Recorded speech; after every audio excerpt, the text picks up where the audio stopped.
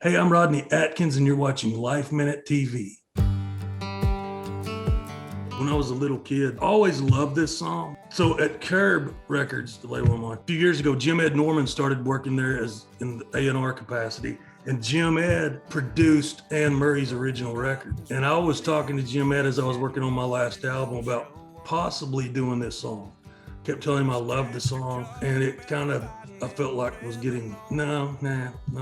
And then, man, when the pandemic, the March, April hit, I said, I've just got to do a version of it. And I was stuck at home, and my manager heard it, and he said, how soon can you have this done? So I hurried up, finished it. And man, I sent that song to every person, from business managers, booking agents, people at the record label, everybody, and got nowhere with it. My wife just kept saying, people need to hear this song. They really need to hear it. It was relevant 30 years ago and relevant now. Kind of sends this other message that we got through that and we'll get through this. That's the thing with Little Good News, a song like that. So when I started recording it, I'm thinking, okay, do I need to change any of the lyrics so that it's relevant now? I love songs that relate in a human way. For me, like one tune that I had a hit with, These Are My People, says it ain't always pretty, but it's real. I mean, Watching You is about cussing and praying. It's just about being human, and I think that's what's relatable. And I take a long time making records. To find songs like that, I don't want to waste people's time. It's close to medicine, that's for sure. At first, we were just kind of, are we going on the road? Are we going out? No. You'd start packing your bags, and then you'd have to stop. And then we just kind of got in the middle of it and just really just enjoyed it. I have an older son he's in college now. And then I got these two little guys. My wife, Rose, and I did a duet for it. It was called Unite. And it was people take 10 minutes and then they either speak or sing or do a magic trick or something. And we sung a duet. And the head of my label, Mike Curb, saw that and called me and said, you guys should do a duo project together. So that's what we did. We've spent most of our time doing that. And we just finished it. And it was a blast. So we just got to write songs together and work on it here at the house. So that's kind of kept us busy. And, having these two little guys, they keep you tied up. It's actually flown by. We thank God for this time. I think a lot of people reach that place of being grateful. When I was in high school, I played guitar. I started learning to play guitar a little bit. And I just wanted to write songs. I never really wanted to get up in front of people and sing. And I just started trying to write songs, and that was really my first love and desire in music. And I think a part of it too, when I got in college, I majored in psychology, and I worked at a place called Woodland Residential Center. It's a home for troubled teenage boys that have been arrested for major crimes. And a lot of them were there were several that were gang members from Memphis. And I took my guitar in there and would play. And they'd do this thing where they called getting bucked. That meant they were going to bust out of there no matter what they had to do. And they joked and said I was like Andy Griffith. I would get my guitar and play. And it was kind of wild. It's the first time I experienced what music therapy is. I could play, and it could be Merle Haggard or Marshall Tucker or James Taylor or whatever.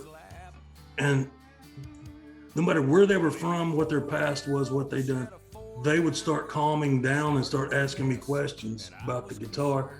I'd teach them some chords. And man, it really got in me that music is powerful and can do some really good for me. Like, I love having a great idea first. If not, then you just have a song with cool lines, but there's no real idea to it. Having a great idea, and then I just like to spend time see how many ways I can turn a line. I mean, that Watching You, a song I wrote about my son, became the most played song of the decade, is pretty cool. I always cherish that. If you're going through hell and Watching You and those kind of, even Take a Back Road, it's kind of about getting to a better place from where you are. So that's really how I started, just writing songs. I don't just want another song. I want great songs. So that's what fires me up, it's the process of writing something from I've said this before, in a quiet room, you create a song that can touch people's lives and move folks. That's what inspires me is that the thing that comes to mind are the times that weren't big performances. They were maybe just me with a guitar in the middle of Afghanistan. I'll never forget, we were at a place called FOB.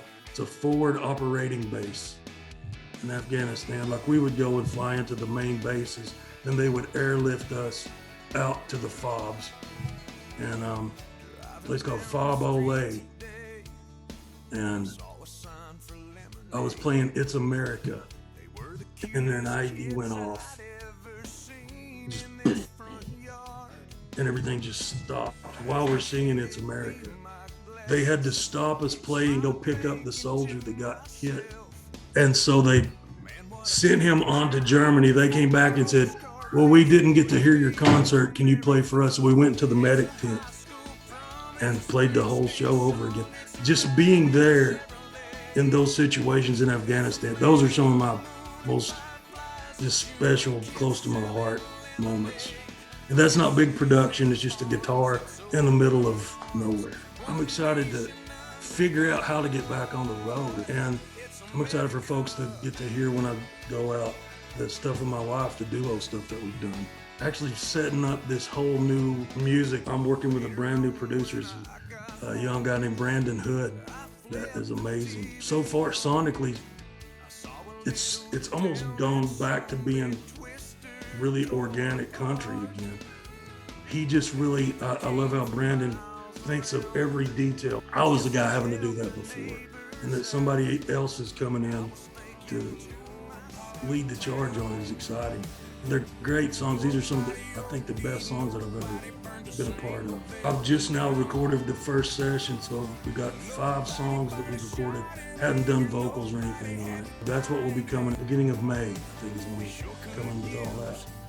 And just thanks for everybody that, the messages that I've gotten from Little Good News have been amazing. Because I just thought I was just putting something out there.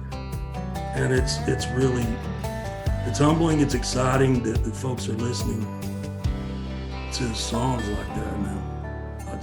It's lifted me up, I tell you.